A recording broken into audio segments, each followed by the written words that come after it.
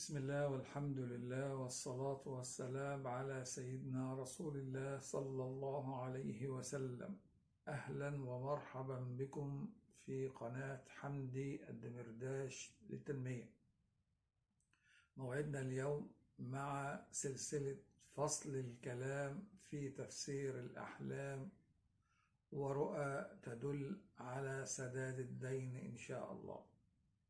الدين هم بالليل ومذلة بالنهار، ينام المديون مهموما من أين يأتي بالمال ليسد الدين، وبالنهار مذلول أمام الدائنين.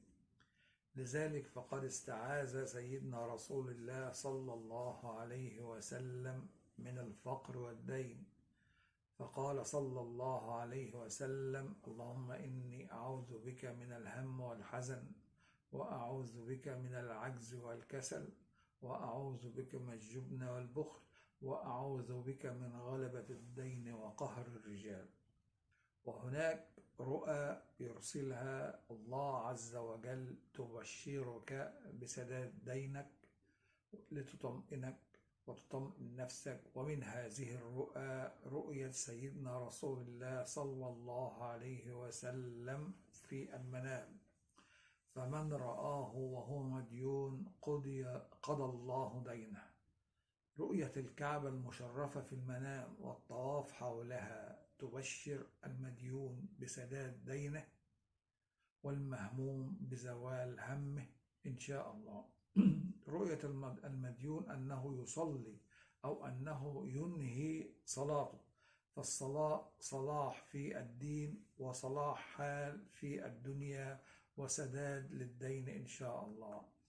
رؤية ذبح الأضحية في المنام: فمن كان مديونا قضى الله دينه.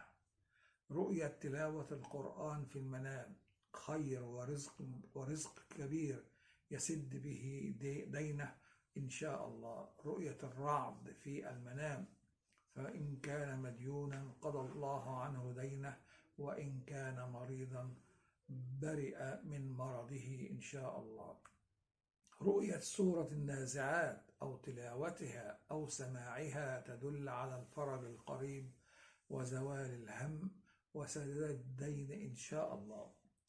رؤية المديون أنه يقوم بالغضوء في المنام: قضاء للدين وزوال للهم إن شاء الله.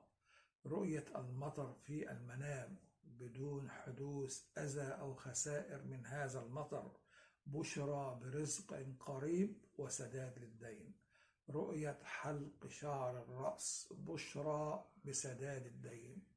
رؤية الاستغفار في المنام لقوله تعالى: قلت استغفروا ربكم إنه كان غفارا يرسل السماء عليكم مدرارا ويمددكم بأموال وبنين ويجعل لكم جنات ويجعل لكم أنهارا. رؤية شروق الشمس دليل على الفرج القريب وزوال الهم وسداد الدين. رؤية المديون أنه خارج للحج، فهذه الرؤيا بشرى بسداد ديونه. رؤية اللبن الحليب في المنام وشربه، فهي للمديون سداد للدين، وللمريض شفاء إن شاء الله، ولطالب العلم النجاح وسرعة تحصيل العلم بإذن الله. رؤية الطعام في المنام بشرط أن يكون لذيذ الطعم وطازج وغير فاسد تدل على عطاء الله الكبير إن شاء الله. رؤية أن رأسه قد فصلت عن جسده على أثر ضربة، فإن كان مريضا شفي من مرضه، وإن كان مديونا قضى الله دينه. رؤية أن ملكا أو رئيسا. رؤية أن رأسه قد فصلت عن جسده على أثر ضربة، فإن كان مريضا شفي من مرضه، وإن كان مديونا قضى الله دينه. رؤية أن ملكا أو رئيسا قد أهداه هدية تدل على أن الرزق الذي سيسوق الله إليه كبير، فهدية الملوك رزق كبير وقضاء للدين إن شاء الله. رؤية رؤية أنه يسبح في نهر أو بحر دليل على الرزق وزوال الهم وقضاء الدين، بشرط أن تكون المياه صافية لا شوائب تعكرها. رؤية المرأة الجميلة في المنام تشير إلى الربح والغنى والثراء، والمرأة ممشوقة القوام الجميلة العينين دلالة على الغنى والثراء وقضاء الدين. رؤية أكل الفاكهة الطازجة وكانت جميلة المنظر والطعم وكنت فرحا بها دليل على الرزق الواسع الذي سترزقه وقضاء لدينك إن شاء الله. أقول قولي هذا وأستغفر الله العظيم لي ولكم ولجميع المؤمنين.